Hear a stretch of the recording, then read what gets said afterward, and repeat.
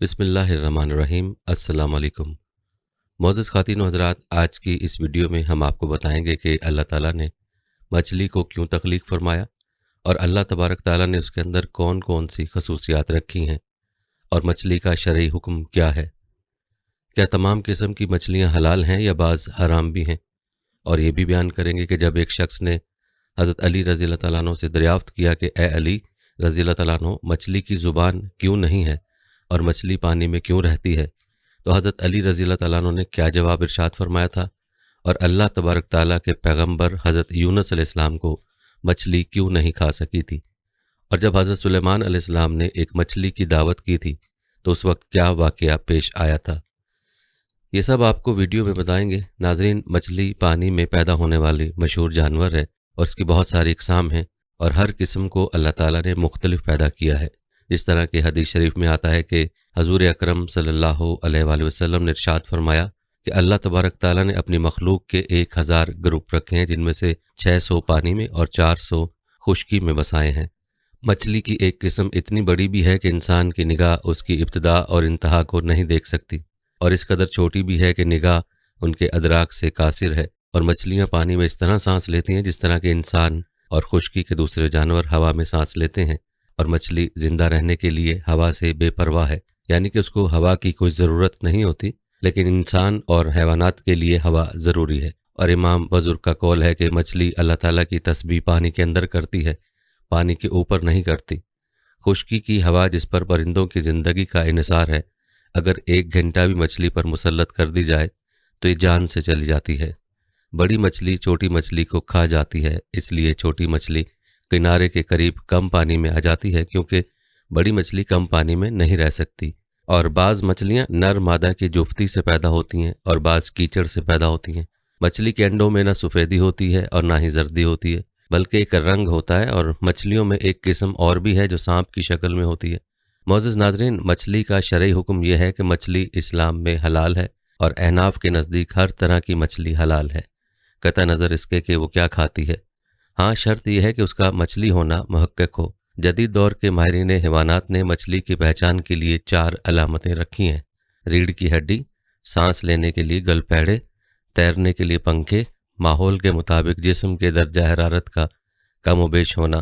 واضح ہے کہ جو مچھلی اپنی طبعی موت مری ہو، جس کا پیٹ پھولا ہوا ہو اور الٹی ہو کر پانی کے اوپر آ جائے، صرف اس مچھلی کا کھانا درست نہیں ہے۔ اس کے علاوہ جو مچھلی کسی حادثے سے مری ہو یا اس کو سمندر کی لہروں نے کنارے پر چھوڑ دیا ہو، ایسی تمام مچھلیوں کا کھانا درست ہے، کیونکہ حضور اکرم صلی اللہ علیہ وآلہ وسلم نے ارشاد فرمایا کہ اللہ تبارک تعالیٰ نے ہمارے واسطے 2 مردار حلال کر دیے، یعنی مچھلی اور ٹڈی، اور 2 خون حرام کر دی، یعنی جگر اور تلی۔ اور مسلم شریف کی ایک روایت ہے کہ حضور نبی اکرم صلی اللہ علیہ وآلہ وسلم سے ایک یہودی نے سوال کیا کہ جنتیوں کو جنت میں سب سے پہلے کیا کھانے کو ملے گا، تو حضور اکرم صلی اللہ علیہ وآلہ وسلم نے ارشاد فرمایا، مچھلی کے کلیجے کا ٹکڑا۔ ناظرین، مچھلی کی تخلیق کے حوالے سے امام حاکم نے حضرت ابن عباس رضی اللہ تعالیٰ عنہ سے ایک روایت نقل کی ہے۔ انہوں نے فرمایا کہ اللہ تبارک تعالیٰ نے سب سے پہلے قلم کو پیدا فرمایا، پھر اسے کہا لکھ۔ قلم نے کہا کیا لکھوں؟ اللہ تبارک تعالیٰ نے ارشاد فرمایا تقدیر لکھ دو۔ تو قلم نے اس دن سے لے کر قیامت تک پیش آنے والے تمام حالات اور تمام چیزیں لکھ دیں۔ اور آپ رضی اللہ تعالیٰ عنہ نے ارشاد فرمایا کہ اللہ تبارک تعالیٰ کا عرش پانی پر تھا، اور پانی سے بھاپ ہوتی ہے، اور اس سے آسمان بن کر ظاہر ہو گیا۔ پھر اللہ تبارک تعالیٰ نے مچھلی کو پیدا فرمایا اور زمین کو اس مچھلی کی پیٹھ پر بچھا دیا۔ مچھلی نے کروٹ بدلنا چاہی تو زمین ہلنے لگی، لہٰذا پہاڑوں کو پیدا کیا گیا، اور پھر یہ پہاڑ غالب ہیں جس سے زمین نہیں ہلتی۔ اور آپ رضی اللہ تعالیٰ عنہ کہتے ہیں کہ شیطان مردود جلدی سے اس مچھلی کے پاس پہنچا اور اس کے دل میں وسوسہ ڈالا۔ اس مچھلی کو مخاطب کرتے ہوئے کہا، تجھے کچھ خبر بھی ہے کہ تیری پیٹھ پر کتنے لوگ اور کتنے جانور، درخت اور پہاڑ ہیں؟ اگر تو ان سب کو جھاڑ کر اپنی پیٹھ سے گرا دے تو تجھے آرام مل جائے گا۔ جیسے ہی ارادہ کیا، اللہ تبارک تعالیٰ نے اس وقت اس کے پاس ایک کیڑے کو بھیج دیا، جو مچھلی کی ناک میں داخل ہو کر اس کے دماغ تک پہنچ گیا۔ مچھلی اس کی شدت تکلیف سے اللہ تبارک تعالیٰ سے گریہ زاری کرنے لگی۔ اللہ تبارک تعالیٰ نے پھر اس کیڑے کو مچھلی کے دماغ سے نکال دیا۔ حضرت کعب کہتے ہیں کہ اس ذات کی قسم جس کے قبضہ قدرت میں میری جان ہے، وہ مچھلی اس کیڑے کو اور وہ کیڑا اس مچھلی کو برابر دیکھتے رہے۔ اگر مچھلی پھر اس حرکت کا ارادہ کرے تو پھر کیڑا اسی طرح اس کے دماغ میں داخل ہو جائے گا جیسے کہ پہلے داخل ہوا تھا۔ بلکہ ناظرین، ایک شخص نے حضرت علی رضی اللہ تعالیٰ عنہ سے سوال کیا تھا کہ مچھلی کی زبان کیوں نہیں ہوتی اور یہ پانی میں ہی کیوں رہتی ہے؟ حضرت علی رضی اللہ تعالیٰ عنہ نے جواب میں ارشاد فرمایا تھا کہ جب شیطان نے اللہ تعالیٰ کا حکم عدولی کرتے ہوئے حضرت آدم علیہ السلام کو اپنے تکبر کی وجہ سے سجدہ نہیں کیا تو شیطان کو اللہ تبارک تعالیٰ نے اپنے دربار سے نکال دیا۔ وہ بدصورت بن کر زمین تک جیسے گرا، انسان سے حسد اور نفرت کے ساتھ چیخنے لگا اور ہر کسی کو بتانے لگا کہ انسان اس زمین پر ظلم کرے گا۔ اس وقت مچھلی زمین پر بھی چلا کرتی تھی اور پانی میں رہا کرتی تھی، اس کے منہ میں بھی زبان ہوا کرتی تھی۔ تو وہ سمندروں کی طرف گیا تو اسے سب سے پہلے مچھلی نظر آئی، جسے اس نے آدم علیہ السلام کی تخلیق کا قصہ سنایا اور یہ بھی بتلایا کہ وہ خشکی اور بحر کے جانوروں کا شکار کرے گا۔ تو مچھلی نے تمام دریائی جانوروں تک حضرت آدم علیہ السلام کی کہانی سنائی۔ اسی وجہ سے اللہ تعالیٰ نے زبان کے شرف سے محروم کر دیا۔ ناظرین، حضرت سلیمان علیہ السلام اور مچھلی کا دلچسپ واقعہ بھی آپ کے ساتھ شیئر کرتے ہیں۔ حضرت سلیمان علیہ السلام نے اللہ پاک سے فرمایا کہ اے اللہ، مجھے آرزو کہ ایک دن تیری ساری مخلوقات جتنے بھی ذی روح ہیں سب کی ضیافت کروں۔ حضرت سلیمان علیہ السلام کو جب ہفت اقلیم کی بادشاہت عطا کی گئی تو وہ رب کے حضور یہ دعا مانگتے ہوئے اپنی خواہش کا اظہار کر رہے تھے۔ ندا آئی کہ اے سلیمان، میں سب کی روزی پہنچاتا ہوں، میری موجودات مخلوقات بے انتہا ہے، اس لیے سب کو تم نہیں کھلا سکتے۔ سلیمان علیہ السلام نے عرض کی، اے میرے رب، تو نے مجھے بہت نعمت دی ہے، تیری عنایت سے ہی سب کچھ ہے، اگر تیرا حکم ہو تو میں سب کا طعام تیار کروں۔ اللہ رب العزت کا حکم ہوا کہ دریا کے کنارے ایک عالی شان مکان بنواؤ اور اسے نہایت کشادہ رکھو تاکہ جس مخلوق کو دعوت دو اس مکان میں بآسانی آ سکے۔ حکم خداوندی کے بعد حضرت سلیمان علیہ السلام نے اس عمارت کی تیاری شروع کروا دی، جس کو مکمل ہونے میں تقریباً 1 سال اور 8 مہینے لگ گئے۔ میدان جیسے کشادہ اس مکان میں کھانے پینے کا سامان و اسباب مہیا کیا گیا۔ کم و بیش 22,000 گائیں ذبح کی گئیں اور بہت کثیر تعداد میں دیگیں پکائیں۔ مشروبات کے تالاب تھے جن کی تیاری جنات سے کروائی گئی اور ایک پرتکلف قسم کی دعوت کا اہتمام کیا گیا۔ جب ضیافت کی ساری تیاریاں مکمل ہو گئیں تو حضرت سلیمان علیہ السلام نے سارے جہان کی مخلوقات میں منادی کرا کے کھانے کی دعوت دے دی۔ ساری مخلوقات انسان، جن، چرند، پرند، درندے، ہر طرح کے کیڑے مکوڑے، خشکی، تری اور ہوا میں اڑنے والے اور رینگنے والے بھی تمام مخلوق کھانے کی دعوت پہ آ پہنچی اور اس مکان میں جمع ہو گئیں۔ اب سلیمان علیہ السلام نے اللہ تعالیٰ کی عظمت اور قدرت کو دیکھنے کے لیے تمام جمع شدہ مخلوقات کا مشاہدہ کرنا چاہا۔ چنانچہ ہوا کو حکم دیا کہ تخت سلیمان کو اٹھا کر دریا کے اوپر ہوا میں معلق رکھے تاکہ حضرت سلیمان علیہ السلام ہر متنفس کو اپنی نظر سے دیکھیں اور اللہ کی قدرت کاملہ کا مشاہدہ کر سکے۔ عین اس وقت جب تخت ہوا میں معلق تھا، ایک مچھلی نے دریا میں سے سر نکالا اور سلیمان علیہ السلام سے بولی، اے اللہ کے نبی، اللہ پاک نے مجھے آپ کی طرف دعوت پہ بھیجا ہے اور یہ بھی معلوم ہوا کہ آپ نے آج تمام مخلوقات کے لیے کھانا تیار کیا ہے۔ میں اس وقت بہت بھوکی ہوں، لہٰذا آپ مجھے پہلے کھانا دے دیجیے۔ حضرت سلیمان علیہ السلام نے فرمایا، تم ذرا صبر کرو اور باقی سب کو بھی آ لینے دو، پھر ان کے ساتھ جتنا چاہو کھا لو۔ وہ مچھلی بولی، اے اللہ کے نبی، میں خشکی پہ اتنی دیر نہیں ٹھہر سکوں گی کہ سب کا انتظار کروں۔ یہ سن کر سلیمان علیہ السلام نے اجازت دیتے ہوئے کہا کہ اگر تمہارے لیے ٹھہرنا مشکل ہے تو پھر تم کھانا کھا لو اور جتنا تمہارا جی چاہے کھا لو۔ یہ سنتے ہی وہ مچھلی دریا سے نکل کر اس میدان نما مکان میں آئی اور جتنا کچھ کھانا وہاں پڑا تھا سارے کا سارا ایک ہی لقمے میں کھا گئی۔ پھر سلیمان علیہ السلام کی طرف مڑی اور ان سے مزید کھانا مانگنے لگی۔ یہ دیکھ کر سلیمان علیہ السلام متعجب ہوئے اور بولے، میں نے تمام مخلوقات کے لیے کھانا تیار کیا تھا جو تم نے ایک ہی نوالے میں کھا لیا۔ اے مچھلی، کیا اس سے بھی تیرا پیٹ نہیں بھرا جو تو اور کھانا مانگ رہی ہے؟ مچھلی بولی، اے اللہ کے نبی، اللہ تعالیٰ مجھے ہر روز 3 لقمے رزق دیتا ہے اور جو کھانا آپ نے تیار کیا تھا وہ تو سب کا سب صرف ایک لقمہ بنا۔ آج آپ کی مہمانی میں بھوکی رہی ہوں اور اگر آپ اسی طرح باقی مہمانوں یعنی مخلوقات کو بھی کھانا نہیں دے سکے تو آپ نے ناحق انہیں کھانے پہ بلوایا۔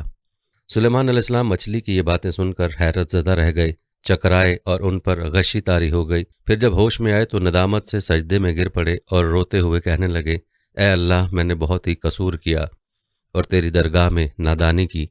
میں نادان و مسکین ہوں اور اس بات سے ہمیشہ کے لیے توبہ کرتا ہوں، بے شک مجھے اور سارے جہان کو رزق دینے والا صرف تو ہی ہے۔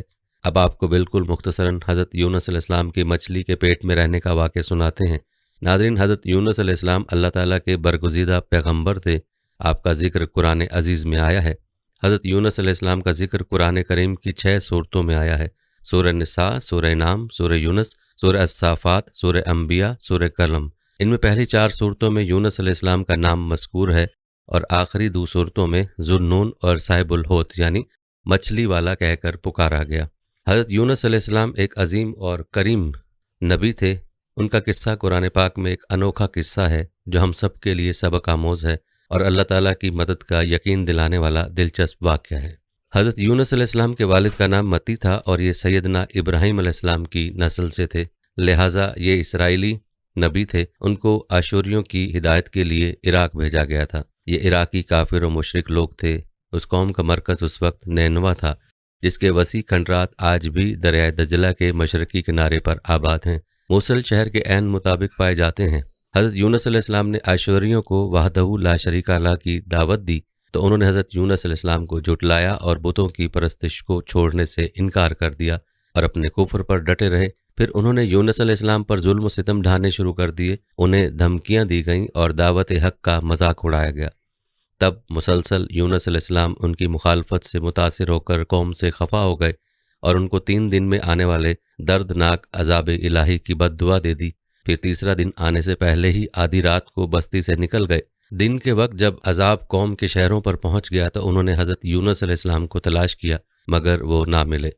حضرت یونس علیہ السلام کا اپنی قوم سے ناراض ہو کر چلے جانا ایک طرح سے ہجرت تھی، مگر انہیں اس کا حکم نہیں دیا گیا تھا۔ وہ عذاب کی اطلاع دینے کے بعد اللہ کی اجازت کے بغیر اپنا علاقہ چھوڑ کر چلے گئے تھے۔ آثار عذاب دیکھ کر جب عاشوریوں نے توبہ استغفار کی تو اللہ نے انہیں معاف کر دیا۔ قرآن مجید میں اللہ کے دستور کے جو اصول بیان کیے گئے ہیں ان میں ایک یہ بھی ہے کہ اللہ تعالیٰ کسی قوم کو اس وقت تک عذاب نہیں دیتا جب تک وہ اپنی حجت پوری نہیں کر لیتا۔ پس جب نبی نے مہلت کے آخری لمحے تک نصیحت کا سلسلہ جاری نہ رکھا اور اللہ کے مقرر کردہ وقت سے پہلے وہ خود ہی ہجرت کر گئے تو اللہ تعالیٰ کے انصاف نے اس قوم کو عذاب دینا گوارا نہ کیا، کیونکہ ان پر اتمام حجت کی شرائط پوری نہ ہوئی تھیں اور انہیں معاف فرما دیا۔ حضرت یونس علیہ السلام فرات کے کنارے پہنچے تو ایک کشتی کو مسافروں سے بھرا ہوا پایا۔ حضرت یونس علیہ السلام کشتی میں سوار ہو گئے اور کشتی نے لنگر اٹھایا۔ پورے دن میں کشتی سمندر میں سکون سے چلتی رہی۔ اچانک اونچی اونچی لہریں اٹھنے لگیں۔ لوگوں نے اپنا ساز و سامان سمندر میں پھینک دیا کہ کشتی کا بوجھ کم ہو جائے، لیکن کشتی کا بوجھ پھر بھی کم نہ ہوا۔ جب کشتی ڈگمگانے لگی تو کشتی کے غرق ہونے کا یقین ہونے لگا۔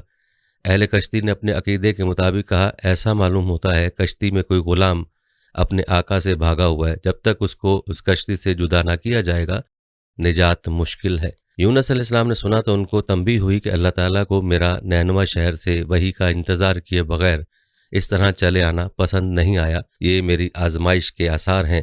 یہ سوچ کر انہوں نے اہل کشتی سے فرمایا کہ میں ہی وہ غلام ہوں جو اپنے آقا سے بھاگا ہوا ہوں، مجھے کشتی سے باہر پھینک دو۔ مگر ملاح اور اہل کشتی ان کی پاک بازی سے اس قدر متاثر تھے کہ انہوں نے ایسا کرنے سے انکار کر دیا اور آپس میں یہ طے کیا کہ قرآن اندازی کی جائے۔ چنانچہ 3 مرتبہ قرآن اندازی کی گئی اور تینوں مرتبہ قرآن اندازی میں حضرت یونس علیہ السلام کا نام نکلا۔ تب مجبور ہو کر انہوں نے حضرت یونس علیہ السلام کو دریا میں ڈال دیا یا پھر وہ خود دریا میں کود گئے۔ اس وقت خدا تعالیٰ نے مچھلی کو حکم دیا کہ انہیں نگل لو، یہ تمہاری غذا نہیں ہے، اس لیے ان کے جسم پر کوئی تکلیف نہیں ہونی چاہیے۔ مچھلی نے یونس علیہ السلام کو اپنے پیٹ میں نگل لیا۔ یونس علیہ السلام نے جب مچھلی کے پیٹ میں خود کو زندہ پایا تو بارگاہ الہی میں اپنی ندامت کا اظہار کیا کہ کیوں وہ وحی الہی کا انتظار کیے بغیر اور اللہ سے اجازت لیے بغیر امت سے ناراض ہو کر نینوا سے نکل آئے۔ حضرت یونس علیہ السلام نے مچھلی کے پیٹ میں اللہ کو پکارا۔ ان پر 3 اندھیرے اکٹھے ہو گئے تھے، رات کا اندھیرا، مچھلی کے پیٹ کا اندھیرا اور سمندر کا اندھیرا۔ اگر وہ یہ تسبیح نہ فرماتے تو قیامت تک مچھلی کے پیٹ میں رہتے۔ آخرکار وہ اندھیروں میں پکار اٹھے، الہی تیرے سوا کوئی معبود نہیں ہے، تو یکتا ہے، میں تیری پاکی بیان کرتا ہوں، بلا شبہ میں اپنے نفس پر خود ہی ظلم کرنے والا ہوں۔ دوستو، اس دعا اور اس پکار کو اللہ تعالیٰ نے اتنا پسند فرمایا کہ جو بھی مسلمان اپنی کسی حاجت میں یہ دعا مانگے گا اللہ تعالیٰ اس کی دعا ضرور قبول فرما لیں گے۔ یہ قبول دعاؤں میں سے ایک دعا ہے۔ ابن حاتم حضور صلی اللہ علیہ وسلم فرماتے ہیں کہ جب یونس علیہ السلام نے یہ دعا کی تو یہ کلمات عرش کے گرد گھومنے لگے۔ فرشتے کہنے لگے کہ یہ بہت دور دراز جگہ سے آواز آ رہی ہے، لیکن کان اس سے پہلے اس سے آشنا ضرور ہیں۔